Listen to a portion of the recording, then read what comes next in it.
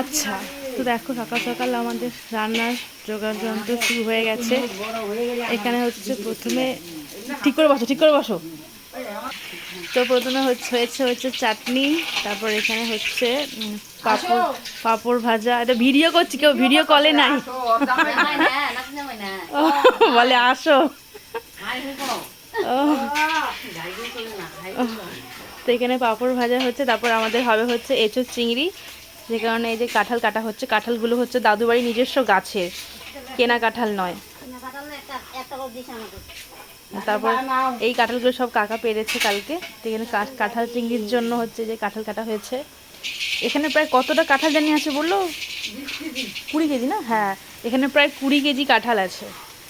আর এখানে হবে হচ্ছে, হ্যাঁ,